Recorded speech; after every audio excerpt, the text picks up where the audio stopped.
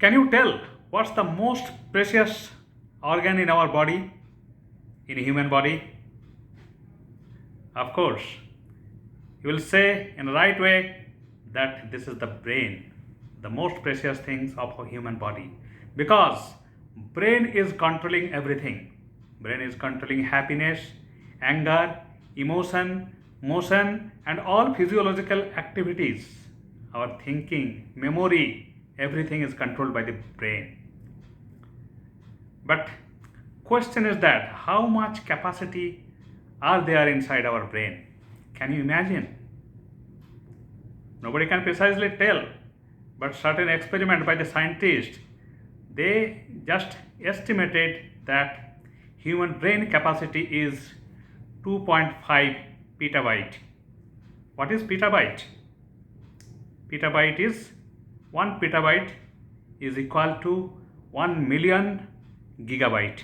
Now you can understand, because we are all using some memory in the gadgets, in our mobile, in our laptop.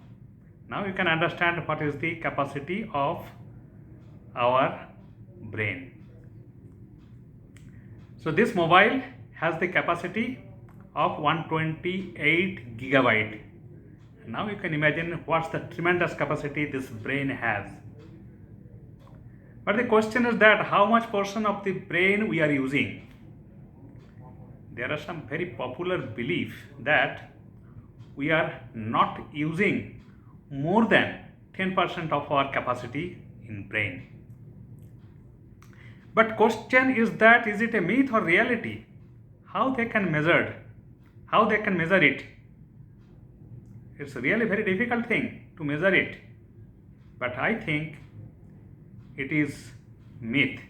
And it was established with some logic, because evolutions, the theory of the evolutions and the law of the natural selection clearly tells that if any organ of our body remains unutilized generation after generation, in that case we might have the chance to lose certain gene pool from that, and that portions will be reorganized again to develop certain things. It means that if 90% of our brain is unutilized, in such cases, why to waste a lot of source of energy in supplying of these things? So this is number one logic. Number two logic is this brain damage. Sometimes because of some stroke or because of some bullet injury, brain might be damaged. But there are chances that it is hitting in the 90% area where brain is not working. In such cases, the chances of survival might have been very high, but it doesn't happen. It doesn't mean that nobody is surviving. There are some persons who survived after the strokes, and after long terms of the medications they survived in this situation, but it doesn't prove the reality. Next logic is that what's the weight of this brain? Brain hardly weighs 2% of our body weight, but even then it consumes 20% of the energy. And of course, the major portions of oxygen also consumed in the brain, because in order to brain to remain activated, it's required. Brains has the trillions of neurons, and which is ending up in different organs to send certain instructions as per requirement of the body, as per requirement of the mind, as and when required. And within a reflex, it can act. If I'm throwing something to your eye will automatically close. This is just because of the activity of the brain, including the spinal cord, that is a reflex action. So you think how much it is sensitive. So the myth 10% of our brain is utilized doesn't hold good. And apart from that, one scientific examinations of fMRI, functional magnetic resonance imaging, it reveals During the experiment, the patient was advised to think something mental task. And when the patient was thinking, at that time MRI was taking, it reveals that almost all the portions of the brain was utilized. So that theory of only 10% of the brain we are utilizing, that's completely myth.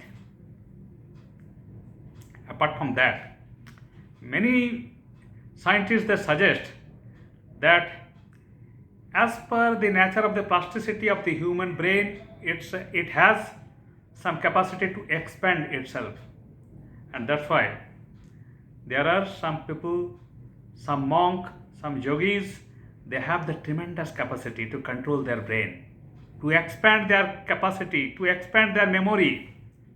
It was said that Swami Vivekananda had photographic memory. Just by turning the pages of a book, he used to memorize many things in his mind. So you can imagine how much capacity he had utilized in his brain. Anyway, everybody is not Swami Vivekananda and everybody is not Einstein. There are some common people, but among those common people we can create some uncommon people who are in the higher status in terms of utilization of the brain. There are some technique. If you want to learn, I can suggest you, and every doctor also can suggest. That's the simple dose. This is the primary thing required. So what is dose? Dose means first D for diet, O for oxygen, and S for sleep, E for energy. You need a healthy diet which will be nutritious, which consists of balanced nature of the foods, vitamins, antioxidants, omega-3 fatty acids, and then your brain requires the fresh oxygen. That's why walking in the morning in the fresh air will rejuvenate your brain. And sleep, we all have the need to sleep at least 7 to 8 hours in a day to revive our brain. E for exercise. Exercise will be always helpful, because without your sound body, you cannot expect your sound mind. But these are not all. Apart from that, there are some other factors also to enhance your brain capacity. So what are those factors? Those factors include socializations. That means the more you mix with the people and talk with the people, your mind will be fresh and you can improve your brain. Then mental activity. The more you apply your brain for some mental activity like crossword puzzles and arithmetic and some calculus, mathematics, or some scientific derivations, you need to engage your brain. Your brain will work automatically. You need to hydrate your brain also, and you must be organized. You can see that the people who have the tendency to become the organized, everything in the planned way, they can utilize their brain in the proper way. So, to conclude, let me tell, don't worry about the capacity of the brain, what we can utilize. You think about yourselves, because everybody is unique. You cannot compare with any other persons. Your aim always should be to improve your utilization of a brain. So, for utilization of your brain, you need to apply dose, diet, oxygenation, sleep, and exercise. And then after that, socializations, organizations, and mental activity and hydration. So these are the things you need to take care. You can also improve your brain. And you will realize that what you were in the past, you can become better.